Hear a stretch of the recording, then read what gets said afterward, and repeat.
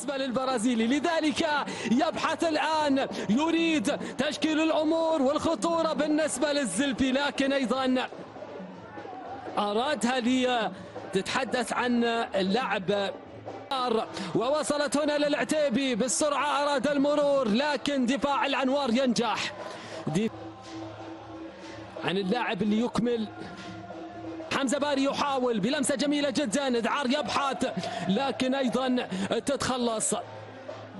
رضا بن سايح اللاعب عن طريق رضا بن سايح هنا أيضا تتخلص، جميلة جدا.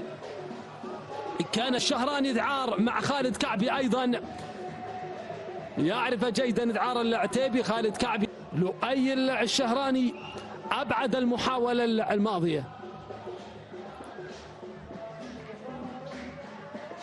رمضان يوجه بينما سانتوس ديغو ميراندا.